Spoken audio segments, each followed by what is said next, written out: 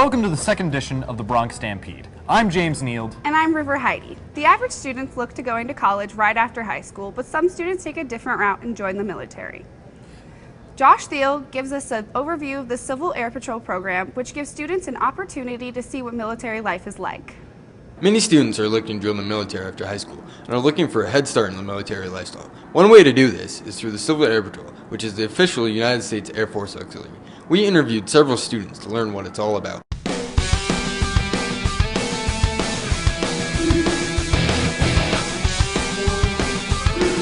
Civil Air Patrol is the United States Air Force auxiliary, where you usually are getting people ready for people who want to join the military. We're getting them ready for a taste of what they should be expecting, how they should act, and professionalism, all that kind of stuff. And it's really just getting them ready. No matter what branch you go into, it's an excellent thing to invest your time in. So my job in the Civil Air Patrol is to assist the first sergeant. As a staff sergeant, I'm pretty much teaching cadets under me how to do drill, the symbolism behind drill, also how to wear their uniform respectfully, how to treat their officers and the people above them. And I give them sort of an introductory sort of course into the program. For cadets age 12, 21 who want to join the military, and it gives them a good military application for their lives. Be able to learn how to fly an aircraft in the Civil Air Patrol, and you can be qualified to work on search and rescue throughout the state and even the nation if needed. It's pretty easy to join the Civil Air Patrol. We hold our meetings Monday nights from 7 to 9 out at the National Guard Armory, and if you just come to one of those, we can get you all the information you need and get you signed up. We'd like to have you come to a few meetings if you are interested. If you need any more information, you can go to our website at gocivilairpatrol.com.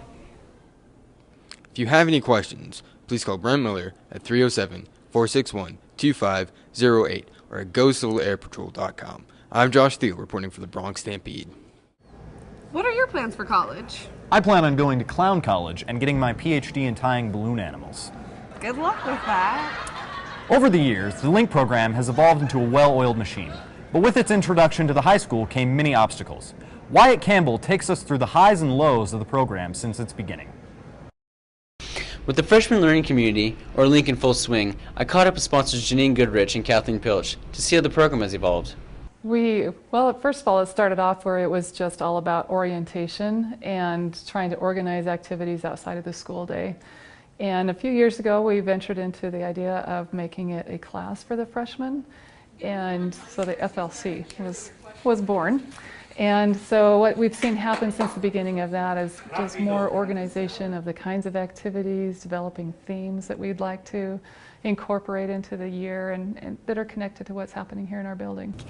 The big thing over the years is the students have bought into it more. The first year, anytime there's something new, everybody has questions. What is this all about? Why do we have to do this? But I think over the years, I've seen more students buy into it, both the leaders and the freshmen, and I just think it's gotten stronger every year. We also spoke with some LINK leaders to see how LINK has changed since they were freshmen 2 or 3 years ago. When I was a freshman, the leaders weren't involved with freshmen very much. They just kind of were there and gone, and I didn't learn anything from it really. I think we are more involved with the freshmen. Like, we see them more outside of FLC classroom, and we get to hang out with them more often and stuff like that.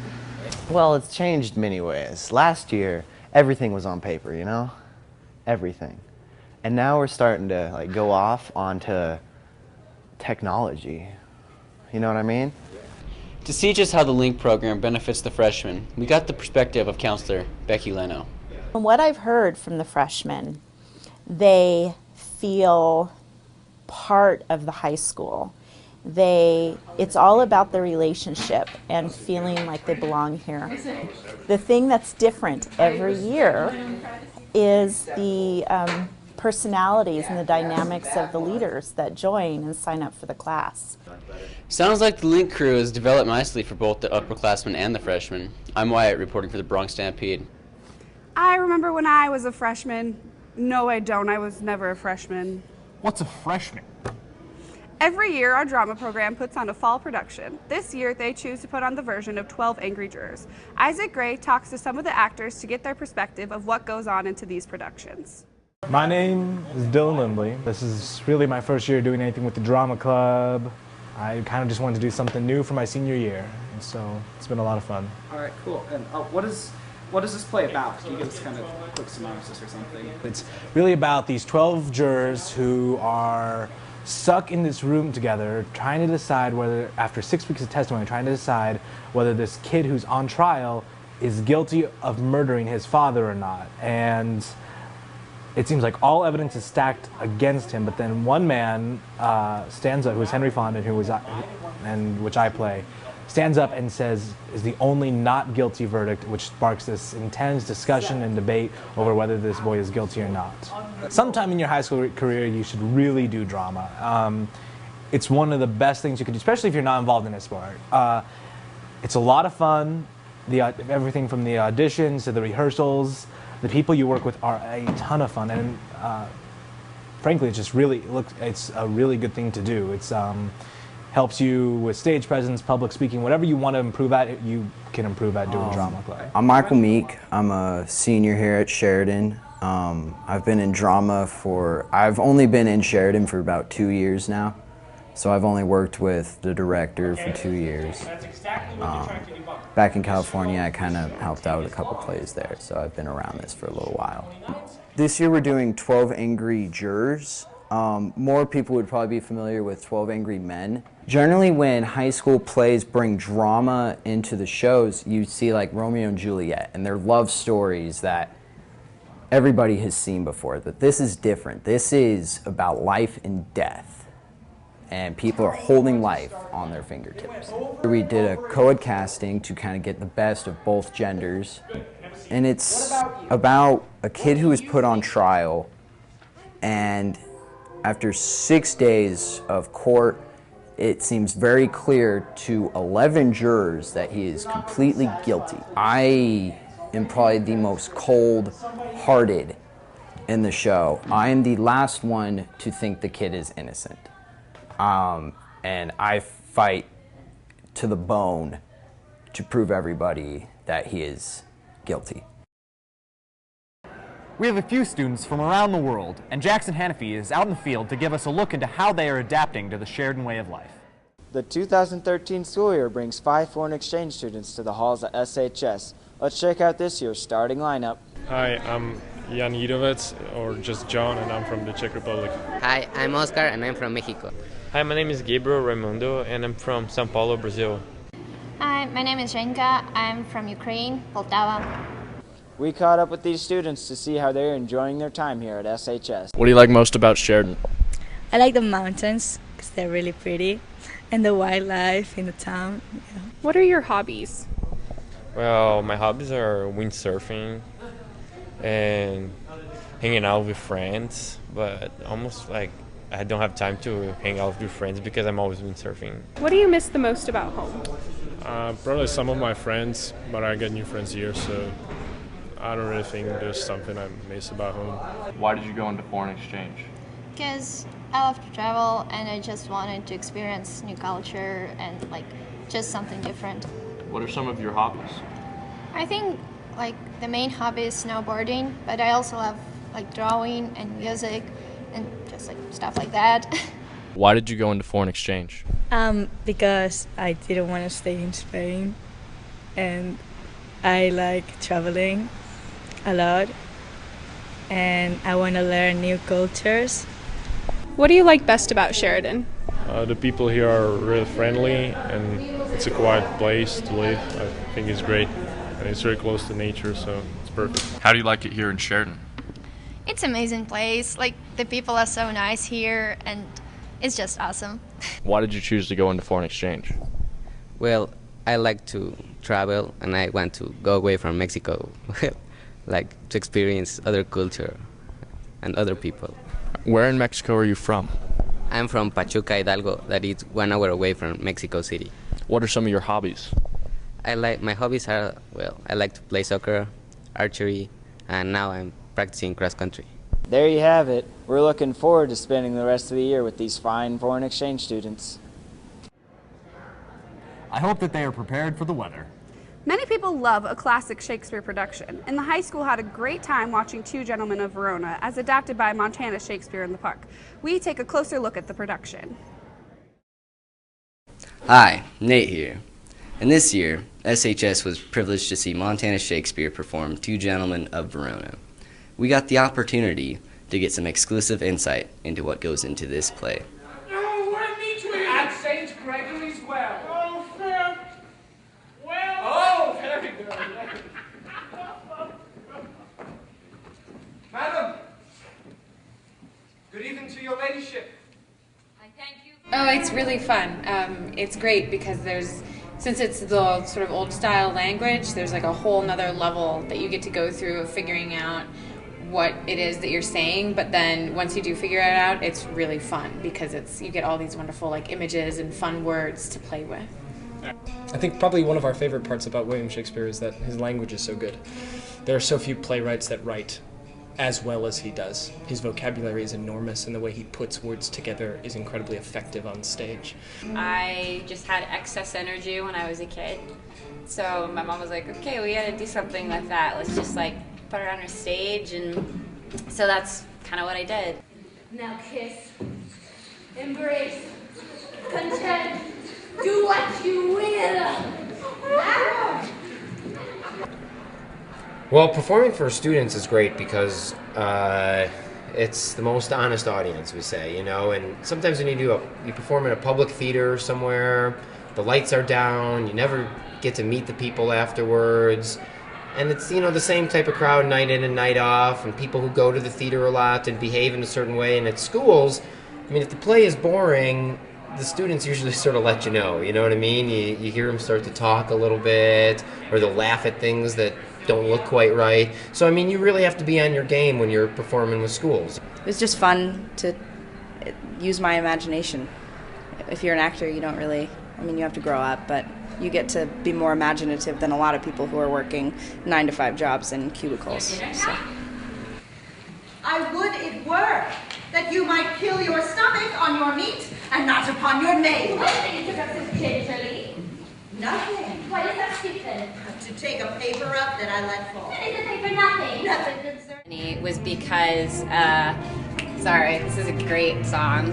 So why I chose to audition for this company was because Every year, a new bunch of freshmen enter the high school. Our very own James Neal takes us to the field to see how they are doing. Every year, a new wave of freshmen come to the high school, and every year, some say they get worse and worse. So this year, we decided to take a closer look at the incoming freshman class and how they're adjusting to high school. How intimidated are you by the upperclassmen? Very. Very intimidated? Not intimidated. I remember that when I was a freshman, we had initiation, and the seniors got all the freshmen together and did a lot of really vile things to us. Made us eat raw eggs, run down the street in our underwear, and so on. And I think that it was a lot more. There was a lot more hazing went on back when I was a freshman.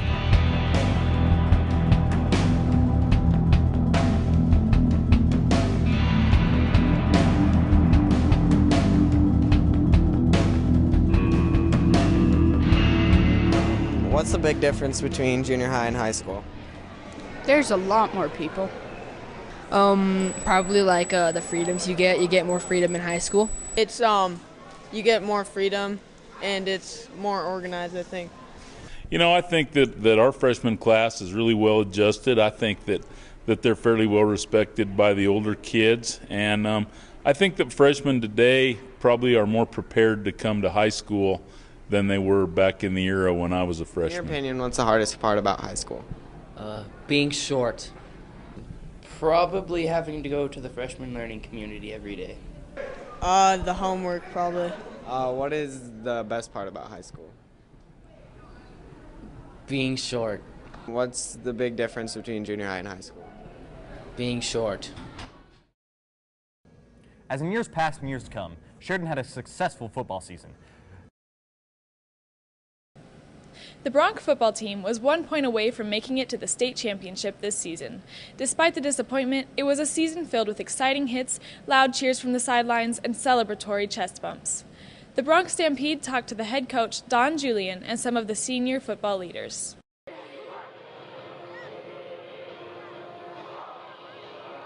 Our biggest goal every year is to finish in the top 2 coming into the regular season.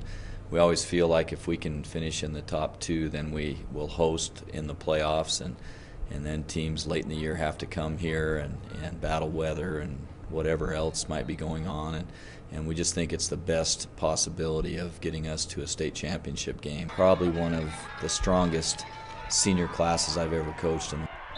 What does the team motto, "Never Flinch," mean to you and your players this year? We have a coach on our staff who is in a real tough battle with cancer, and part of it is that, because that's kind of been his mantra. And I think one of the biggest things about coaching and athletes and team sports is how you handle adversity. That all built into this whole never flinch idea, the adversity that our coach was going through, the adversity of the past, the adversity that happens over the course of a game, and the kids, the seniors, and the coaches became unanimous that we wanted that to be our motto this year, that we weren't going to flinch.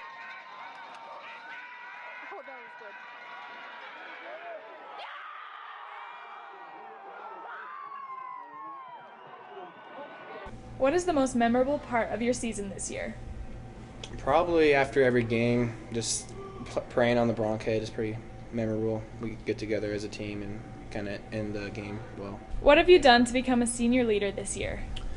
The seniors went up to the mountain before the football started, and we did some leadership activities and trust building activities, and I just felt like through that mountain trip we grew as leaders from what our coaches had to talk to us about. Most memorable part of your season this year? I'd have to say beating East the first time was pretty memorable.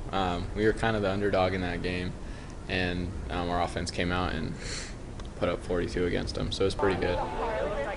What have you done to become a senior leader this year? We kind of just looked at who were the great leaders from last year and our sophomore years, and we just tried to take characteristics from them and just applied into what we were doing. How has your team become more of a family over the course of your high school career? Well, our team, we've always played together. We haven't really had anybody move away, move in. It's just really been a big impact. We've all kind of played together since 7th grade. Next season, the team will be losing 14 seniors, but hopes to compensate for their absence with an eager group of younger varsity players. And let's not forget about the successful freshman team who won their own league's state championship. Great job to all the football players this year, and best of luck to next year's team. A question that the world has been dying to know. Titus Brown and Jace Dolan do some extensive in-the-field research to try and solve this mystery. Mysteries, listen up, won't you please? We got a lot to do, and not much time, and I can't think of one more rhyme. SHS Mysteries. Sarah, what way does the Bronc head face? Right. I'd say it faces left. Faces right. Left. Which way does the Bronc head face? What? Which way does the Bronc head face? What? Which way does the Bronc head face? Left. Dude, it's totally left. Left or right? Right? There you go. Bronc head face. I know, I'm not. Right. Right? I guess? Left, I think. Left. Left, I think? Which way does the Bronc head face? What? Which way does the Bronc head face? Which way does the Bronc head face? Left or right? There's different Bronc heads that face either way. Which way does the Bronc head face? Left or right? 3. 3. Which way does the Bronc head face? I don't care.